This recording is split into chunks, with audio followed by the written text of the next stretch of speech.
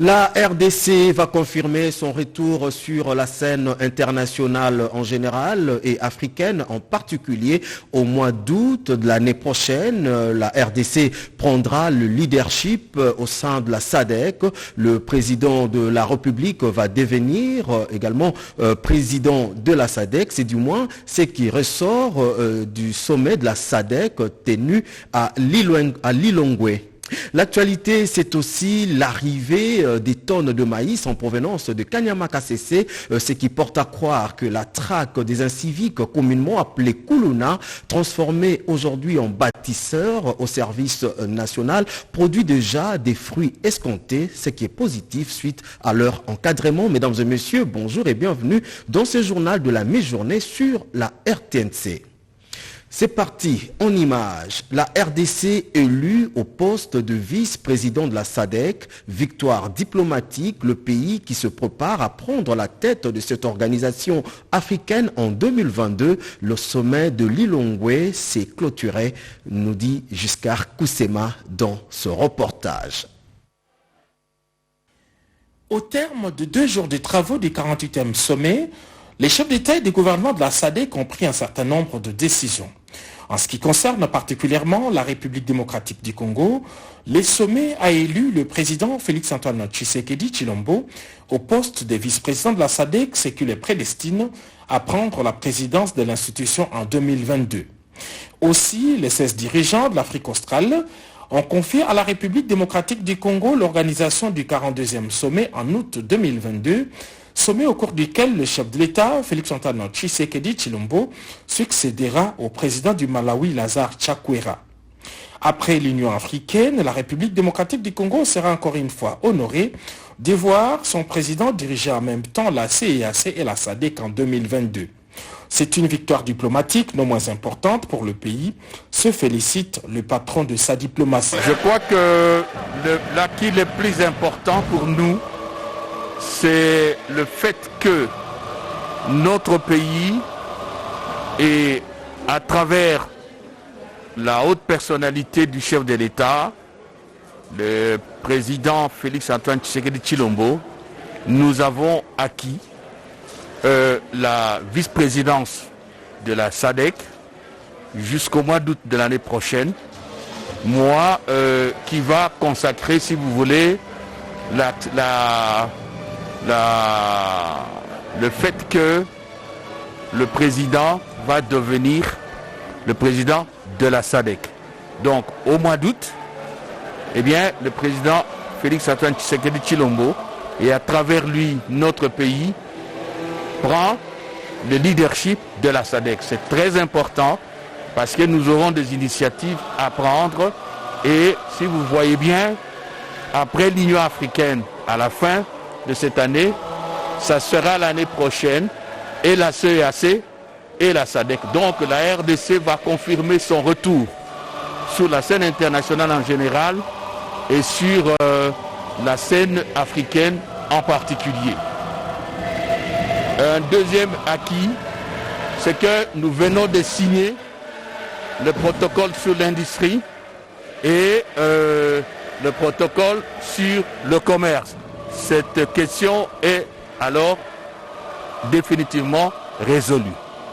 On peut ajouter un troisième acquis, c'est l'affirmation de notre implication, de notre volonté d'être actif au sein de la SADC comme communauté de destin des pays de l'Afrique australe, membres de cette organisation sous-régionale. Au plan sous-régional, le sommet de Lilongwe a salué l'alternance pacifique opérée en Zambie et félicité les présidents entrants et sortants. Par ailleurs, le secrétariat exécutif de la SADC a été confié au candidat du Botswana, pays qui abrite déjà les sièges de cette institution. Retour à Kinshasa pour dire que le Sénat autorise pour la 6e fois consécutive la prorogation de l'état de siège dans les provinces de l'Ituri et du Nord Kivu pour une durée de 15 jours. C'était au cours d'une plénière tenue en visioconférence sous la direction de son président Modeste Bahati. On fait le point avec Sandra Nyangui. La situation sécuritaire dans le Nord Kivu et dans l'Ituri nécessite encore la présence intense des forces armées. Et pour la 6e fois, le Sénat autorise la prorogation de l'état de siège dans ces deux provinces. Les élus des élus se sont réunis en visioconférence sous la présidence de Modeste Bahati Lukwebo, ont voté pour la prorogation de l'état de siège pour permettre au FARDC d'éradiquer l'insécurité qui sévit dans cette partie de la République démocratique du Congo. Avant de procéder à l'examen et au vote du projet de loi envoyé par le gouvernement, la ministre d'État, ministre de la Justice et garde de Sceaux, Rose Mutombo Kiese, a répondu aux préoccupations des sénateurs qui concernent son secteur. J'ai fait observer que quelques semaines seulement après l'entrée en vigueur de l'ordonnance numéro 21/015 du 3 mai 2021 proclamant l'état de siège, le ministère de la Justice a enregistré plusieurs doléances tant des opérateurs judiciaires, de la société civile que les élus du peuple à ces sujets. Modeste Bahati Lukwebo a pour sa part exhorté le gouvernement à prendre en compte les recommandations des sénateurs en vue d'obtenir le résultat attendu par le chef de l'État, Félix-Antoine Tshisekedi Tshilombo.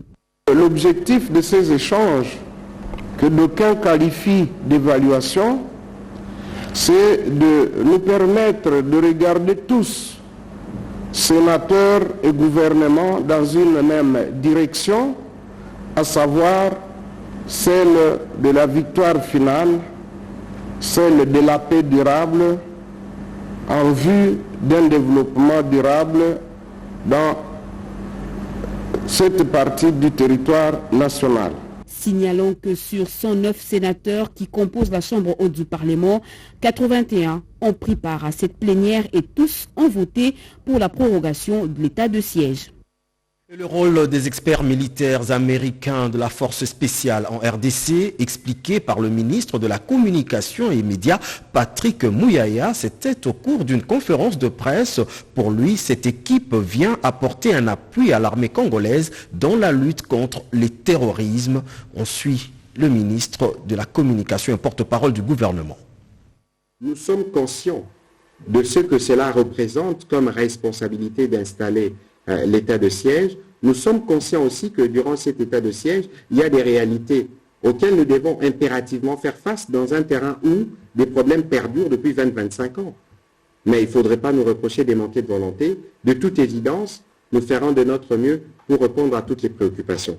Alors, au sujet de l'arrivée des experts militaires américains, il ne faut pas qu'on s'élaise. Ici, c'est sur notre armée que nous devons compter en primeur. C'est pour ça d'ailleurs que nous avons lancé le programme Bendele Koyate. Nous allons le relancer bientôt parce que l'éruption nous a perturbés. Mais sur qui voulez-vous qu'on compte en premier? Si ce n'est pas notre armée. Moi, je me désole très souvent de regarder, de voir comment de manière, parfois, excusez-moi le terme, légère, nous tous, on s'en prend à nos militaires, on s'en manque, on rigole. Mais est-ce que vous avez conscience des sacrifices que ces hommes et ces femmes consentent pour la protection du pays? Les militaires, les enseignants, les personnels médicaux. Parfois, lorsque on dit des choses sur notre armée, il faut se regarder. Alors, l'armée, là, vous la diabolisez. Mais quand est-ce que vous aurez une autre? Le président de la République est arrivé, il a trouvé l'armée avec laquelle il travaille. Si vous regardez, le chef d'état-major général est resté le même. Il ne faut pas demander au président Tshisekedi, même par pouvoir magique, de créer une armée en 5 ans. Ce ne serait pas républicain, parce que nous devons bâtir avec ce que nous avons. Donc, il y a des efforts qui sont faits dans le cadre du renforcement de l'armée, mais c'est dans le cadre de ces efforts parce que nous faisons face au terrorisme qui est une menace mondiale. 200 entreprises kenyanes sont entendues à Kinshasa au mois d'octobre prochain. C'est pour un échange d'expériences dans l'entrepreneuriat. C'est le ministre kenyan du Commerce extérieur et Industrie qui l'a annoncé au ministre congolais Eustache Muhonzi. Reportage Mireille Ndeke. Kenyane avec à sa tête le ministre du Commerce extérieur, Industrie et Développement des entreprises, Laurence Karanja, accompagné de la vice-ministre de l'Agriculture, Anyaga, et plusieurs responsables de quelques PME kenyanes ont frappé les portillons du ministère de l'Entrepreneuriat. Le ministre d'État congolais de PME, Maître Eustache Muranzi Mubembe, et son homologue kenyan ont échangé en premier sur la consolidation des relations bilatérales entre le Kenya et la RDC, mais aussi sur le partage d'expériences dans le secteur de l'entrepreneuriat. Alors nous sommes ici pour partager des expériences avec monsieur le ministre, pour pouvoir voir également comment est-ce que nous pouvons apprendre l'un de l'autre dans le secteur des PME. Ceci est parce que pour qu'une économie puisse croître, il faudra la croissance des PME. Et cette vision est partagée par les deux chefs d'État, le président Félix Tshisekedi et le président Uhuru Kenyatta. Dans cette optique, les deux personnalités ont décidé de communier ensemble dans le secteur de l'entrepreneuriat pour la promotion des PME kenyanes et congolaises en particulier, mais également les PME africaines en général. À cet effet, il a été annoncé l'arrivée à Kinshasa au mois d'octobre prochain d'une grande délégation constituée de 200 PME kenyanes pour un séjour d'échange d'expérience beaucoup plus approfondi. De son côté, le ministre d'État, Maître Eustache Muranzi, s'est félicité de cette étroite collaboration pour permettre aux PME congolaises de faire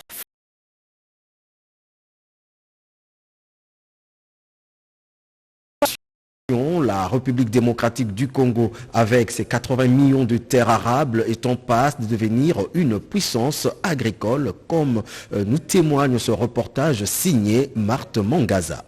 Avec ses 80 millions d'hectares de terres arables, dont 1% seulement est cultivé, la République démocratique du Congo avait par le passé concentré la création de sa richesse et l'exploitation et l'exportation des produits miniers du reste peu maîtrisables par des nationaux, et cela au détriment du secteur agro-pastoral. L'organisation Tosalela Congo estime que la croissance économique du pays ne peut demeurer effective et durable que si le secteur agro-pastoral est pris en compte.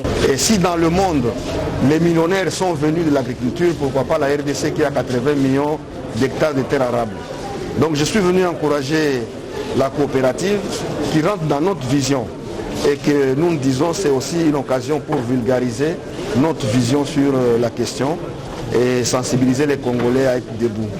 Et contribuer au développement de la population, par la population et pour la population, tout en préservant bien sûr l'environnement et l'écosystème. C'est à ce titre que le ministre de l'Agriculture, Désiré Nzangi, a procédé au lancement officiel des activités de cette ONG et leur a témoigné d'un soutien total.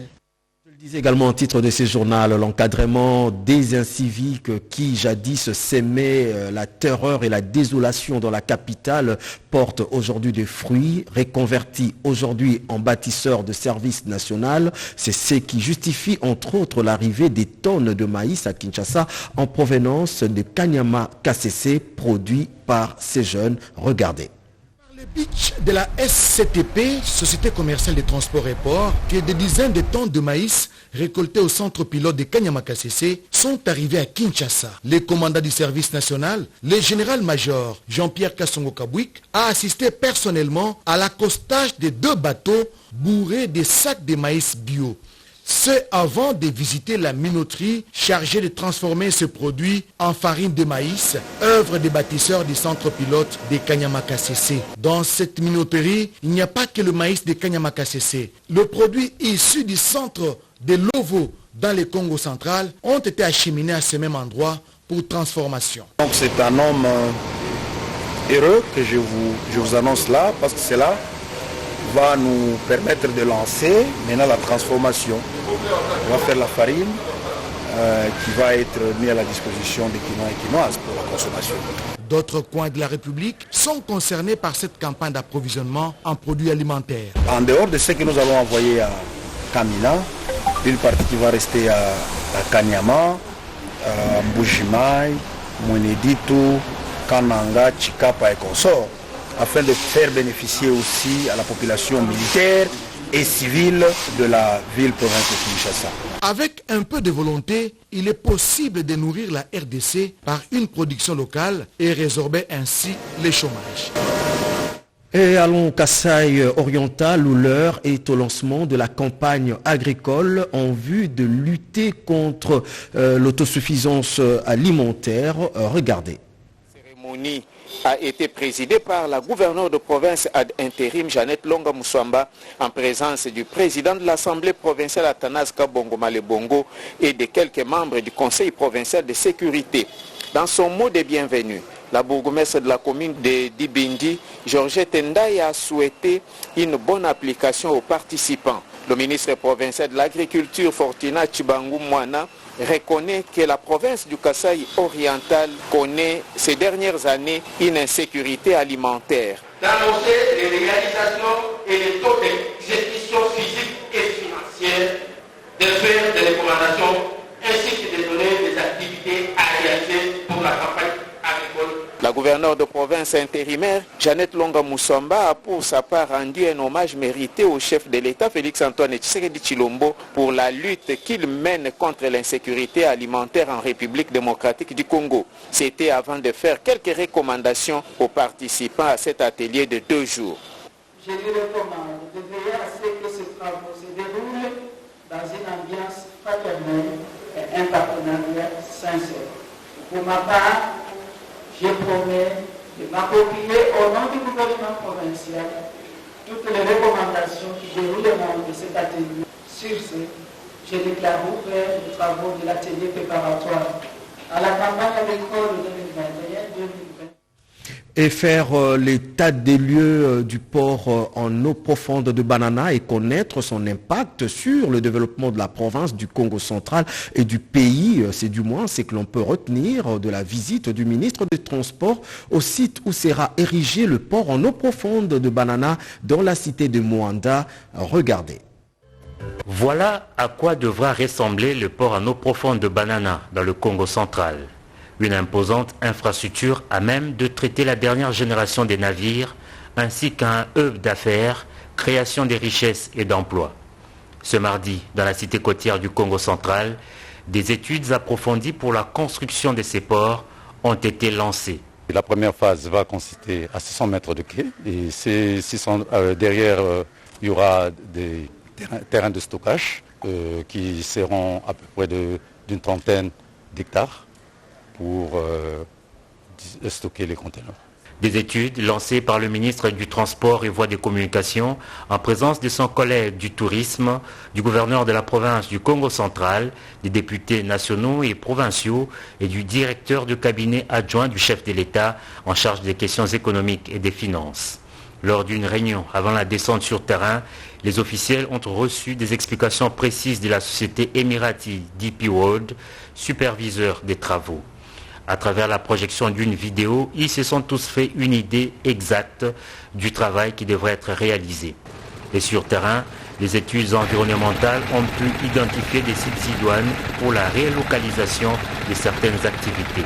Disons que la marée est haute maintenant, alors mais on peut voir ça par ici. Parce que je lui avais dit qu'on voulait monter quand même pour que vous voyez. Alors. Le constat a été fait par les autorités sur le site. Au regard de nombreux aménagements attendus pour ce grand projet, la délégation a été conviée à une randonnée sur le majestueux fleuve Congo. Nous sommes très optimistes en voyant tout le recadrage que le chef de l'État a amené à ce projet. Nous sommes optimistes que nous allons continuer jusqu'au bout. Je crois que l'impact économique sera autant pour les populations du Congo central que pour le reste de la République. Le lancement de ce projet est une nouvelle espérance pour que le Congo aille de l'avant. Le Congo de nos rêves soit un jour accompli.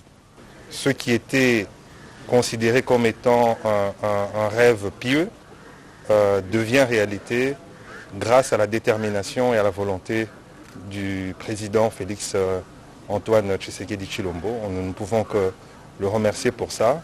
C'est une grande responsabilité maintenant pour nous tous, gouvernement, présidence, les élus du peuple, pour que tous ensemble faisons en sorte que ce projet se concrétise avec l'inauguration prochaine du port en eau profonde ici à Banana.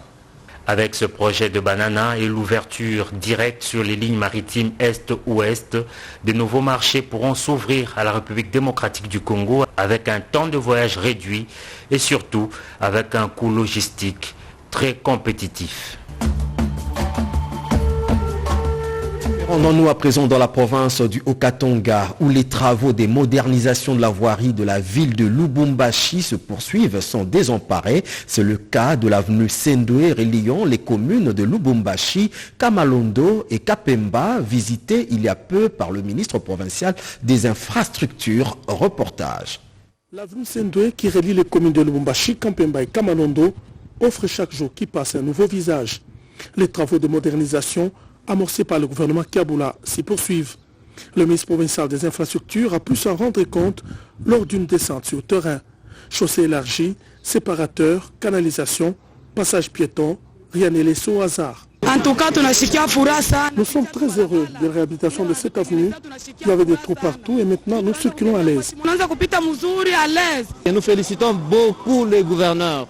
Vraiment nous voyons les effets, les œuvres.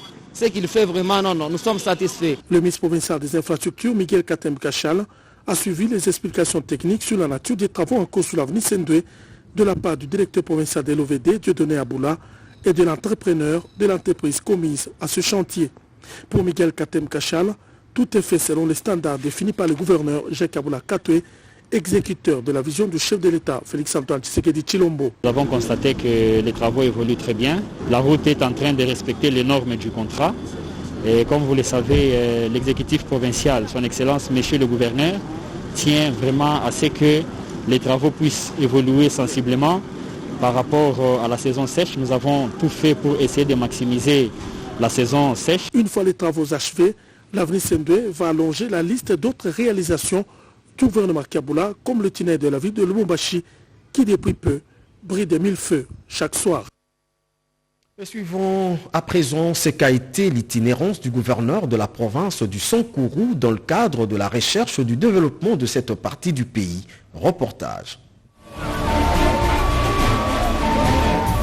Dans la province du Sankourou, le gouverneur Joseph Stéphane Mukumadi multiplie les rencontres avec les populations des territoires qui composent sa juridiction. Lodja, Katakokombe, Lubefu, Lusambo, Lomela et Kole sont rangés derrière l'autorité provinciale pour enfin amorcer le développement en faveur des communautés locales.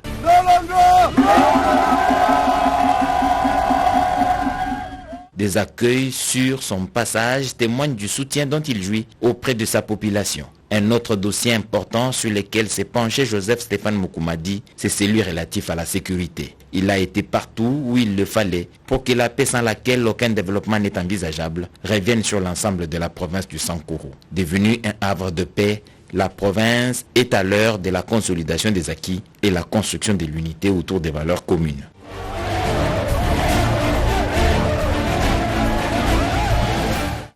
La promotion de l'artisanat a fait l'objet d'une campagne de sensibilisation auprès des menuisiers du marché Simba Zigida, ici à Kinshasa, en vue de leur permettre de valoriser leur travail. Ces derniers ont été invités à s'organiser une initiative du ministère de l'Entrepreneuriat. Mireille Ndeke nous en dit plus. Travailler de manière formelle que les menuisiers du marché Simba Zigida ont procédé à une assemblée élective, question d'avoir des dirigeants pour une bonne marche de leurs activités en respectant les normes de PME. Ceci intervient après les séances de sensibilisation et d'information à leur intention, une initiative du ministre d'État, ministre de l'Entrepreneuriat, Petites et Moyennes Entreprises, Maître Eustache Mouhanzi Mumbimbi. Et ce, dans les soucis de promouvoir l'artisanat congolais et aussi bénéficier de l'accompagnement du gouvernement par le biais du Pronadec. Les comités des menuisiers du marché Simba Zigida, désormais affiche complet, sera constitué de 6 membres, à savoir le président, le vice-président, les trésoriers, son adjoint et le secrétaire ainsi qu'un conseiller. Maintenant, nous avons un comité qui pourra être notre porte-parole et représentant auprès du ministère. Nous allons travailler dans les normes des petites et moyennes entreprises. Ceci nous permettra de valoriser notre métier. On doit amener le menuisier à faire des démarches pour formaliser et moyennes entreprises. Notons également que le marché Simba Zikida est parmi les 2 premiers sites utilisant le bois à Kinshasa. La prochaine et dernière étape est le marché de Mbinza Delvaux.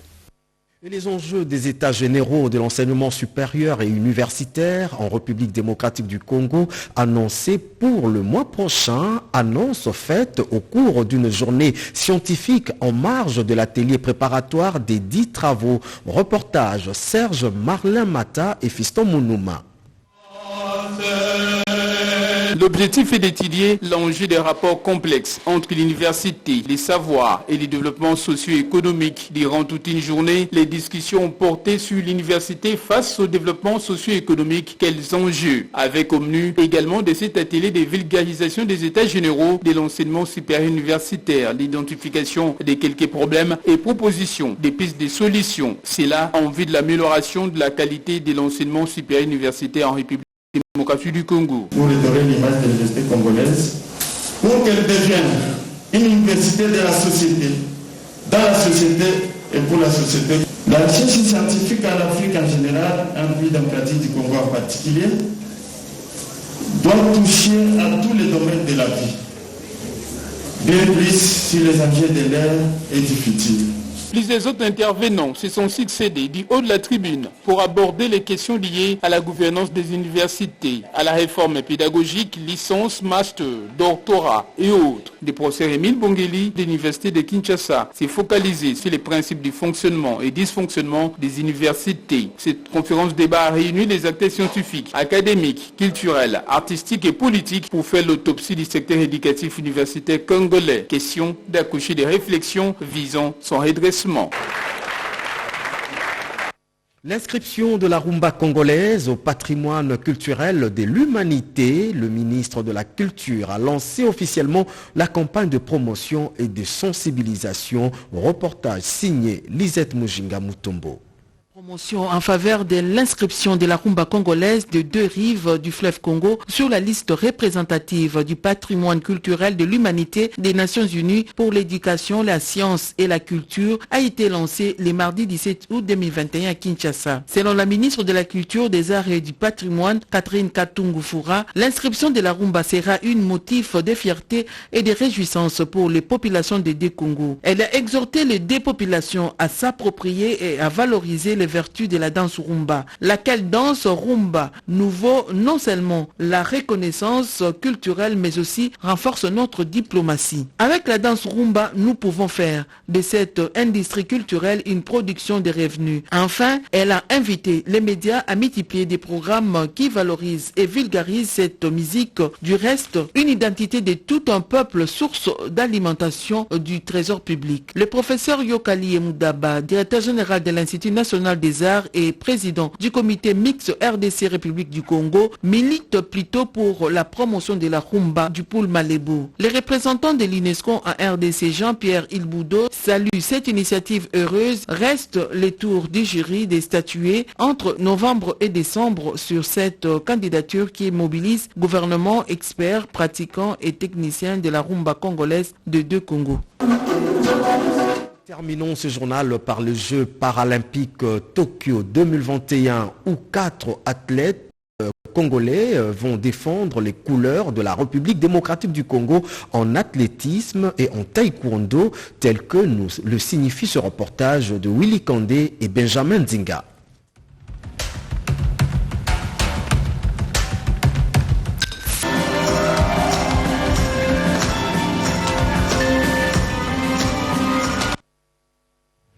Rappel des titres, la RDC va confirmer son leadership sur la scène internationale en général et africaine en particulier au mois d'août de l'année prochaine. La RDC prendra le leadership au sein de la SADC. Le président de la République va devenir également président de la SADC. C'est du moins ce que nous pouvons retenir du sommet de Lilongwe. L'actualité, c'est aussi l'arrivée à Kinshasa des tonnes de maïs en provenance de Kanyama KCC, ce qui porte à croire que la traque des inciviques, communément appelée Kuluna, transformée en bâtisseur au service national, produit déjà des fruits escomptés suite à leur encadrement. Fin de ce journal, merci de l'avoir suivi, à très vite, au revoir.